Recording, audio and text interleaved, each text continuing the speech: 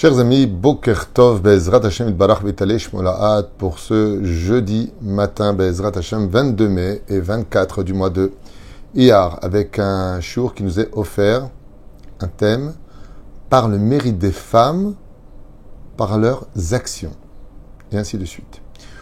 Un shiur qui nous demande de parler donc des femmes d'Israël, des épouses d'Israël, shiur offert par Jimmy Avraham Belaïch, Be'ezrat Hashem, qui dit: alors, je dédie ce cours à ma femme, Kelly Ora Bat Broria, un nom très important, pour la remercier de l'épouse et mère exemplaire qu'elle est.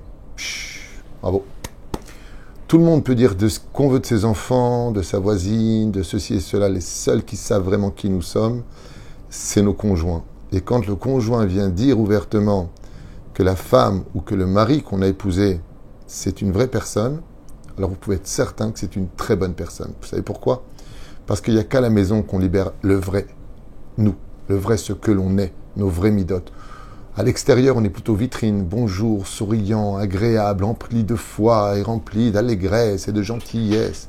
Tandis qu'à la maison, plein de cris, comment on va faire? Et quand à la maison, on est toho, kevaro, alors c'est qu'on est mouchlam. Quand on est intérieur à la maison comme extérieur, à l'extérieur de la maison, on est mouchlam, on est complet. Féméode, une dédicace qui vaut de l'or.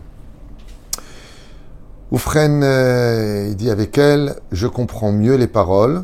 Bisrut Nashim Tzadkaniot Nigalou Am Israël. Ouah, quel compliment. Loin. Grâce à elle, maintenant, je comprends quand le verset nous dit que c'est par le mérite des femmes que la Géoula a eu lieu et qu'elle aura lieu. Rien de mieux pour te remercier et te dire que, donc, ton mari te dit, je reprends ces mots donc de Jimmy Avraham Belaïch, à son épouse, rien de mieux pour te remercier et te dire, je t'aime, avec ces mots de Torah que tu vas entendre. J'ai rien envie de rajouter, je trouve que c'est tellement beau, tellement parfait, kol hakavod behemet, d'avoir cette reconnaissance. D'abord, c'est pas évident, parce que c'est justement un des sujets que je voudrais développer, d'abord en souhaitant aussi avec votre permission, un grand Mazal Tov ce matin pour la bar mitzvah de Chaim Azriel qui, Baruch Hashem, nous a bien lu la Torah. Donc, Kol HaKavod, Be'ezrat Hashem pour la famille Azriel. Et en même temps, une pensée pour nos otages, une pensée pour tous les malades d'Israël, une pensée pour toutes les personnes qui ont besoin, Be'ezrat Hashem, de l'essentiel. Car quand on a une bonne épouse à la maison, Isha Bona, Isha Oreset, la femme peut construire un foyer, la femme peut détruire un foyer. Mais ce qu'on sait, c'est que le mot femme en hébreu, Isha, vient de deux racines. Ish, dans le pshat de la Torah, c'est-à-dire l'homme Ish, la femme Isha, car elle a été prise de l'homme, c'est ce que nous dit la Torah dans Bereshit. Mais dans le contexte grammatical, le mot Isha vient du mot Ashishot, qui veut dire fondation. Les femmes sont les fondations. Et vous savez que dans la vie, le plus beau cadeau qu'un homme puisse recevoir dans sa vie, le plus beau cadeau, alors bien sûr, la parnassa, la santé, les bonnes nouvelles, de bons enfants, c'est évident. Et vraiment, s'il y a quelque chose qui est la recherche d'un monde harmonieux et paisible, c'est quand tu as une femme géniale à la maison. Que tu as envie de rentrer à la maison. Moi, j'ai quelqu'un qui m'a raconté, je vous avais raconté une fois ici, où pour un shlom baït, la femme dit, vous trouvez ça normal? Je regarde par la fenêtre, il est dans sa voiture, et il regarde des séries jusqu'à ce qu'il monte 2 heures plus tard, et je sais qu'il est là. Alors je dis au garçon, et pourquoi tu ne montes pas chez toi? Il m'a dit, il faut que je me libère un peu de mon travail, de toute la pression, de toutes les insultes que j'ai eues dans mon travail, de tout ça, parce que quand je rentre à la maison, c'est des cris, c'est t'étais où, il y en a marre, prends le petit, va le laver, ni bonjour, ni sourire, ni comment vas-tu, comment était ta journée, rien. Quand la femme, elle a cette magnificence, malgré toutes les épreuves qu'elle a endurées, la journée, la femme a une vie très dure, on va en parler aujourd'hui, alors vous pouvez être certain que le mari est content de rentrer à la maison. Il est heureux de voir sa femme, parce qu'il va être accueilli par une chose qui nous manque tellement de nos jours, le sourire. C'est vachement agréable que la femme rentre, ou que l'homme rentre, bien sûr, mais d'accueillir l'autre avec un sourire. Première chose, avant de lui dire tout ce que tu as à lui dire, d'abord, un sourire. Shalom, content de te voir. C'est pas dur, hein? Si elle est panida, prends-la dans les bras. Il n'y a pas mieux que l'amour au monde pour parler tous les langages, d'une certaine façon. Et la reine, quand on a cette extraordinaire force d'être une bâtisse Israël et de donner un témoignage qui se témoigne ici présent pour ce chiour, ça démontre vraiment Eshetraïl Midimtsa. Qui sera celui qui trouvera cette femme? Alors de quelle femme on parle? Voyons un petit peu l'histoire d'Israël avant d'arriver aux femmes de 2025 de l'ère vulgaire. Ève a commis qu'une seule erreur dans sa vie. Certes, elle a vécu aussi longtemps que son mari, selon la tradition, soit 930 ans plus ou moins, et elle a commis qu'une seule faute. La faute de l'adultère, de la tromperie, de la trahison. Et au sage de dire, oui mais, il était où Adam, lui, pendant la faute? Rabbi Yehuda Ptaya, dans son livre Mimchat Yehuda, il écrit, il dormait. Il dormait. Ça veut dire quoi, il dormait? Il était au jardin d'Éden. On ne dort pas là-bas. Il n'y a pas de sommeil, on n'est pas fatigué. C'est le jardin d'Éden. Il dit, il dormait. Il a pris sa femme pour un acquis. Et maintenant que tu es marié, bon, occupe-toi, sors avec tes copines, vis ta vie. Moi, je vis la mienne. Ce qu'oublient très souvent les gens, chers amis, c'est l'engagement du mariage. Et c'est pour ça que j'aimerais dire à ce tzaddik Jimmy Abraham Belaïch, qui a beaucoup de reconnaissance, que si ta femme est aussi élogieuse, c'est parce que tu lui en donnes les moyens. La gratitude. Vous ne pouvez pas savoir, et c'est ce que je voulais vous dire, combien l'essence d'une épouse est basée sur la gratitude que tu lui montres, que tu lui apportes, que tu lui exprimes. Quand une femme se donne à fond, maison tenue, enfants lavés, tout est nickel, malgré tout ce qu'elle subit, de choses qui n'intéressent personne si ce n'est que sa vie privée en tant que femme, quand elle a de la reconnaissance du mari, quand elle a le regard du mari sur elle, elle ne souffre pas trop de ce labeur qui est le sien. Mais quand elle fait tout, et que tout est un dû, et qu'il n'y a jamais de remerciement, elle se fatigue 2 fois plus vite parce que, même si encore physiquement elle peut plus ou moins tenir, moralement, elle se demande pourquoi elle souffre autant. Des choses tellement bêtes à dire, tellement évidentes à comprendre, que je ne sais encore même pas pourquoi aujourd'hui on a besoin de le dire, et pourtant c'est tellement d'actualité dans tellement de foyers. La reine Be'ezrat Hashem, oui, cette reconnaissance que Jimmy tu lui apportes, correspond au verset Eshetraïl Miimtsa. Je vais m'expliquer clairement. En hébreu, Eshetraïl se traduit la femme virtueuse. Eshetraïl. Donc Eshet, la femme Raïl, la femme virtueuse. Mais ce n'est pas tout à fait juste. Comme par exemple, on dit en hébreu, la femme du héros. On dit Eshet Agibor. Comment dit-on la femme du directeur? Eshet Amenael. La femme du directeur. La femme du président. Eshet Anassi. La femme. Donc comment on dit la femme du vertueux? Eshet Raïl. En réalité, dans le mot Eshetraïl, même si le Zohar nous dit qu'on parle de Sarah, qu'on parle de la Shrina, en réalité, Eshetraïl veut dire que si la lune brille, c'est parce que le soleil émane sa reconnaissance. Et si ta femme est si grandiose, c'est parce qu'elle a épousé quelqu'un de grandiose. On dit que derrière tout homme se cache une grande femme, c'est vrai, mais il faut d'abord qu'il y ait un homme devant. Et quand il n'y a pas d'homme devant, alors il n'y a pas de femme non plus. Et c'est cette nekuda tellement importante que j'aimerais dire à tous les hommes de ce monde. Si vous voulez des femmes qui vous respectent, faites-vous respecter. Si vous voulez des femmes qui vous sourient, souriez-lui. Respectez-vous. Soyez intéressant. Soyez compatissant. Soyez là, pour elle. Nous qui sommes souvent présents pour tout celui qui a besoin de nous, en délaissant celle qui avait le plus besoin de nous, notre femme. Ça ne veut pas dire qu'on délaisse nos parents. Ça ne veut pas dire qu'on délaisse nos amis. Comme le disent certaines personnes encore immatures sur le domaine du mariage, je ne me suis pas marié pour être en prison. Mais qui t'a dit que c'était une prison? Si tu voyages, prends ta femme, c'est tout. Où est le problème? Je ne peux pas être avec mes copains. C'est là.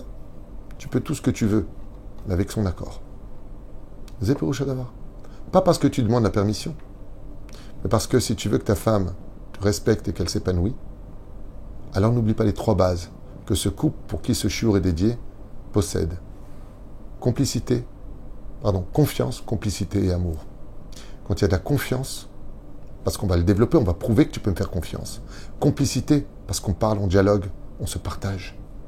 Je n'apprends pas par une autre personne étrangère ce que mon conjoint vient de faire. Lui sait, et moi je ne sais pas. Et troisième chose, l'amour. L'amour qui s'exprime par le respect de la parole, par l'acte, dans l'intimité, mais surtout par l'ambiance qui est gérée dans la maison. Les éperouches pour lesquels Bezrat Hashem Ishtabar Vital Shmola, nous allons parler des femmes d'Israël. Ève, comme je vous le disais, n'a fait qu'une seule faute. Elle l'a regretté toute sa vie. Et elle est morte comme une sadika. D'où est-ce qu'on le sait? Yerovam ben Nevat, qui est mort Racha, n'a pas été enterré avec les rois d'Israël. Mais Chava, Ève et Adam sont enterrés avec les plus grandes sadikim, Abraham, Yitzhak, Yaakov et leurs épouses. De là, on voit qu'ils ont fait Teshuvah. Quelle a été la Teshuvah d'Adam Arishon? Adam Arishon a commis en réalité deux fautes. La première faute qu'il ait commise, ce n'est pas d'avoir mangé de l'arbre dans la connaissance du bien et du mal. Parce que s'il avait été près de sa femme, s'il avait éclairé sa femme, s'il lui avait donné l'amour dont elle avait tellement besoin, elle ne serait pas partie sur Internet. Non, elle n'a pas mangé, non. L'arbre de la connaissance du bien et du mal. Si l'homme il fait ce qu'il faut faire, sa femme n'a pas raison de tomber, puisqu'il est là pour la soutenir. Et pour soutenir, il faut être proche d'elle. Pas trop. Les femmes n'aiment pas les hommes collants. Au contraire, elles aiment les hommes intéressants, charismatiques et mystérieux. Je vous donne un secret de comment développer l'amour chez une femme. Soit toujours mystérieux, charismatique et Bezrat Hashem pas trop collant. Comme on dit, laisse-moi te rejoindre. Et la reine Bezrat Hashem, à travers cela, il y a eu une deuxième erreur qui a été commise. Quand Dieu s'adresse à Adam Arishon, lui demandant « Pourquoi est-ce que tu te caches? C'est donc que tu as mangé de l'arbre de la connaissance du bien et du mal. » Il lui dit « C'est la femme que tu m'as donnée. Ingrat. » Ève est fâchée contre Adam et ils divorceront 130 ans. Parce qu'il a fait preuve d'ingratitude. Où est-ce qu'on voit qu'Avraham Avinu s'est rattrapé? Il n'appelle plus sa femme Isha. Shenatata il m'a dit que tu m'as donné, mais il lui donne le nom de Chava.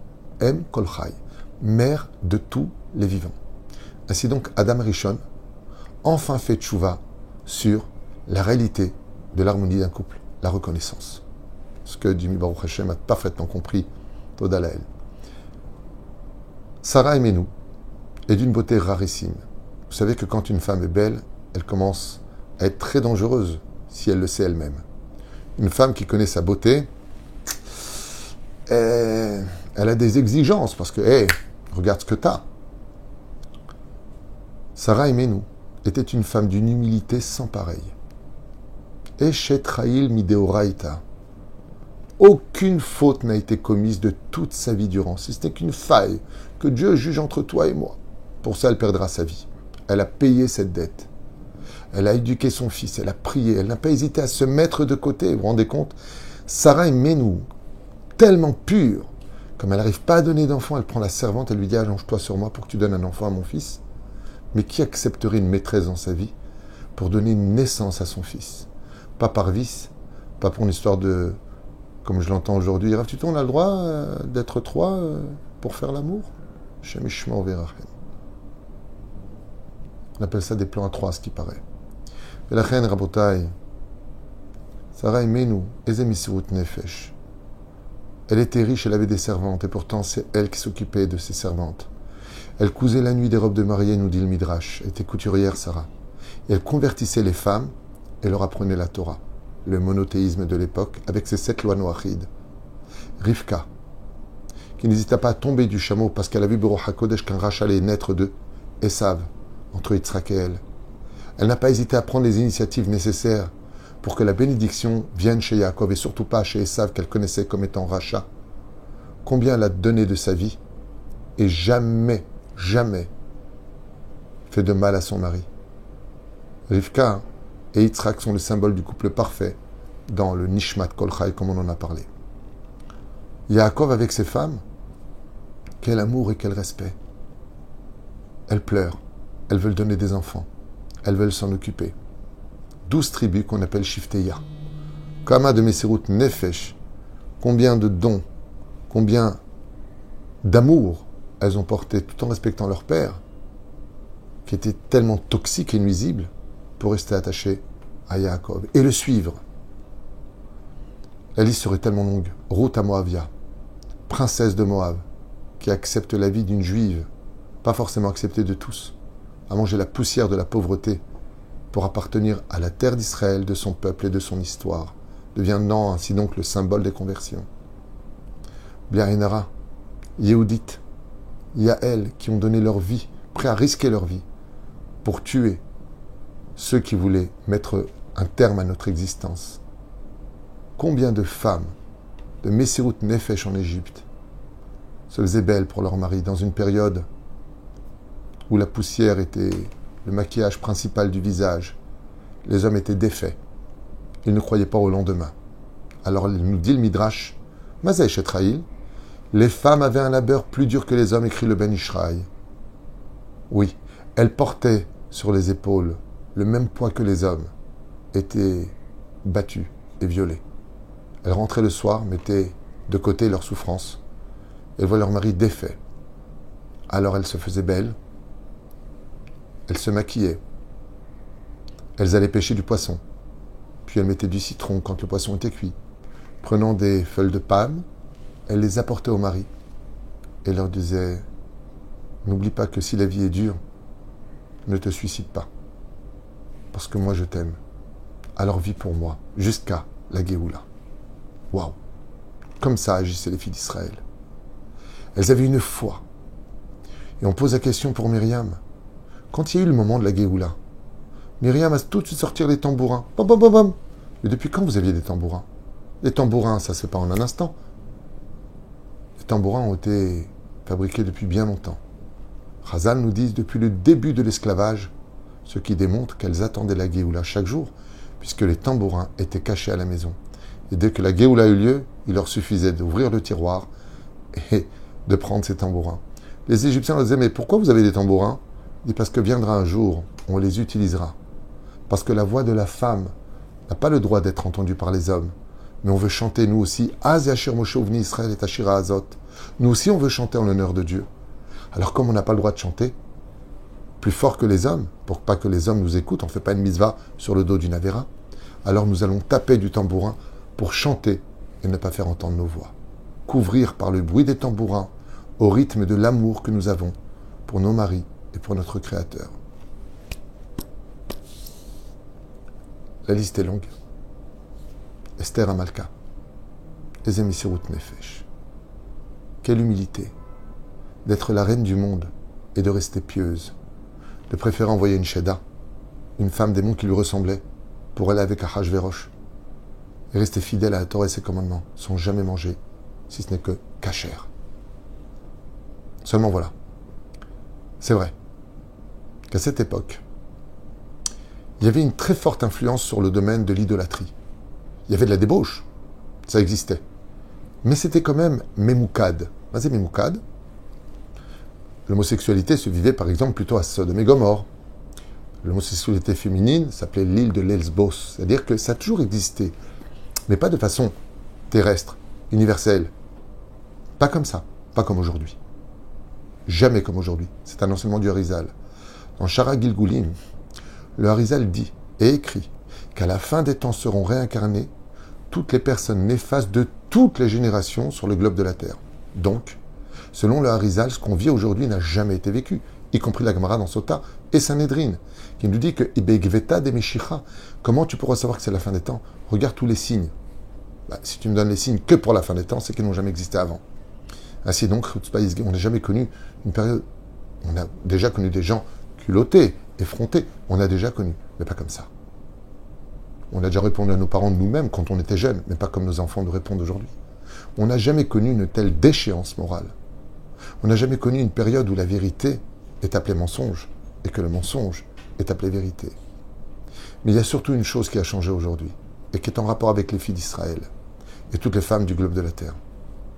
C'est que la Torah nous dit Isha d'Antad Kala. Les femmes ont une particularité, une faiblesse dans leur vie, c'est qu'elles sont influençables. D'où vient cette influence?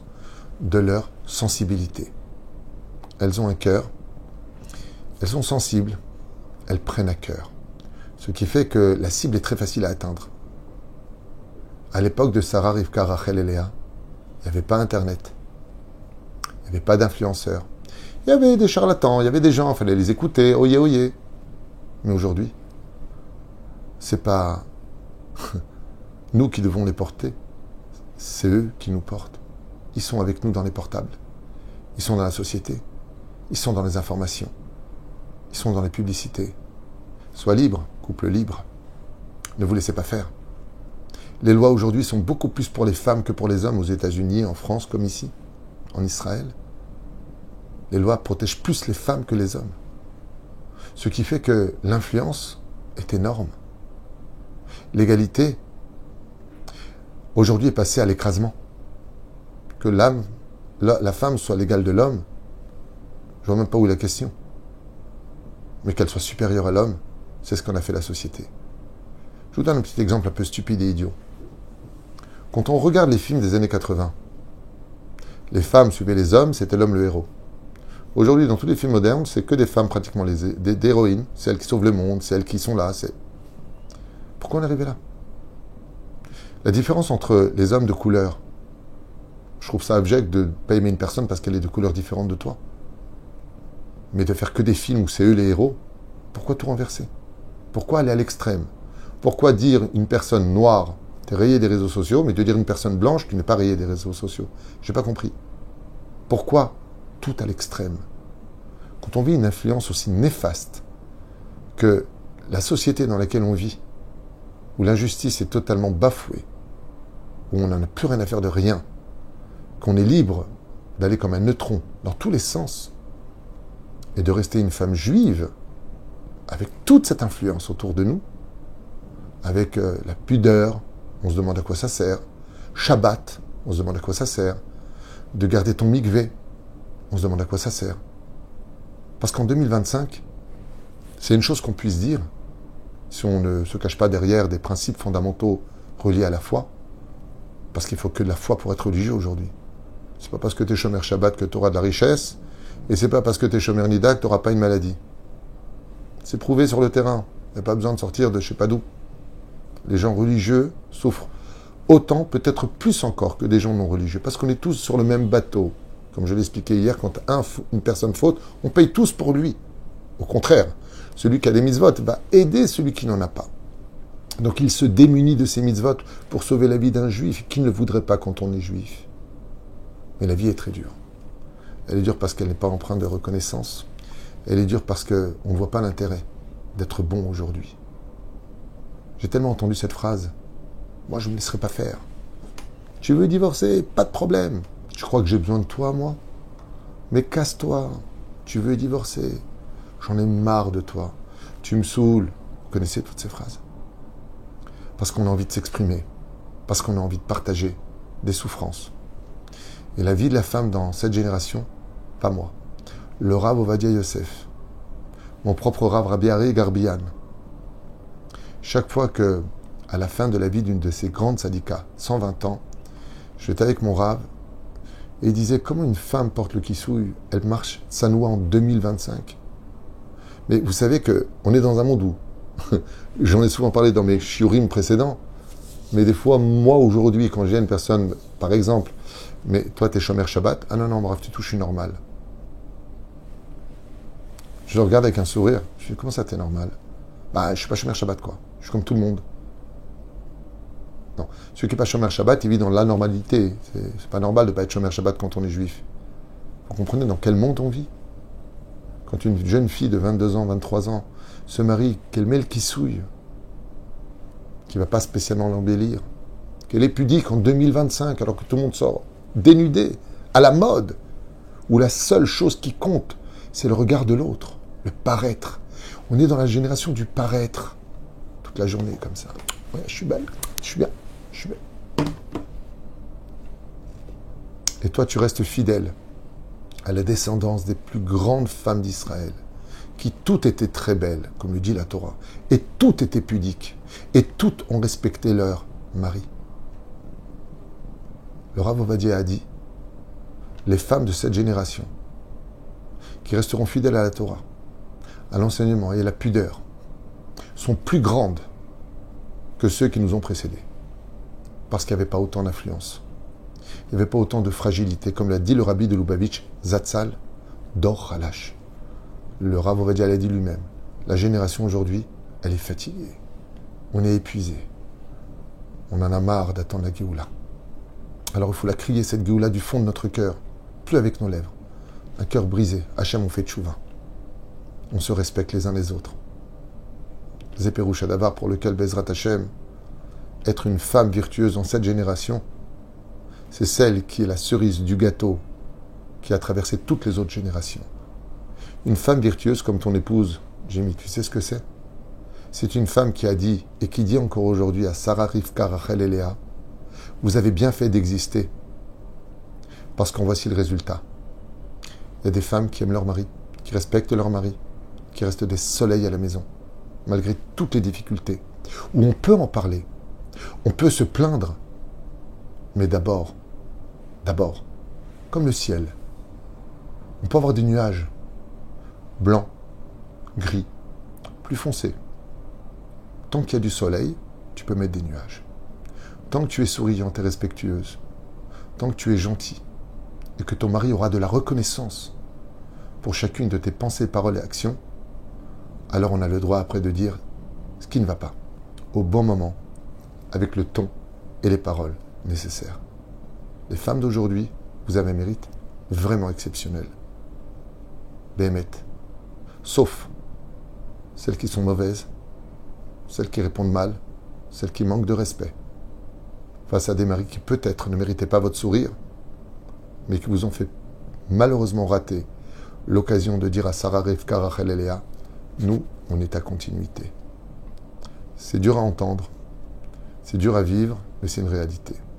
Yiratzon, chez Bezrat Hashem, toutes les femmes de cette génération qui, pas comme nos mères, nos grands-mères, elles travaillent, elles s'occupent de la maison, elles ont toujours les mêmes problèmes hormonaux, elles subissent des tensions autant que les hommes, même plus que les hommes parce qu'elles prennent à cœur.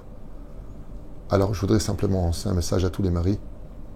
Vous aussi, si vous voulez du respect, tenez compte de la souffrance, de ce qu'endurent vos épouses. Tenez compte de cela. Tenez compte en prenant le temps de les écouter et de voir tout ce que vous pouvez faire pour les aider. Parce qu'aider sa femme, c'est remonter son mazal. Chez Hachem Verech Etrem, Todarabba, Kol Am Israël, parce qu'à ce qui paraît, qui vivra verra, mais j'en suis certain, que c'est par le mérite des femmes virtueuses. Et Shetraïl Mi Imtsa, le roi Salomon nous dit, il faut la trouver cette femme. Mais Baruch Hashem, Ishtabar Vitalish Molad, Shalakadosh Baruch Hu, que notre ami Jimmy Abraham Belaïch, lui, il a trouvé cette femme. Il ratson que ce mérite-là t'apporte beaucoup de réconfort, beaucoup de joie. Et Bezrat Hashem, encore plus de Tromzatmasim Tovim, parce que celui qui a un toit, une épouse virtueuse et des enfants dans sa vie, Rabbeinu dit, c'est un homme très riche. Alors tu es riche, tzaddik. Kol Tuv, Veleitраot.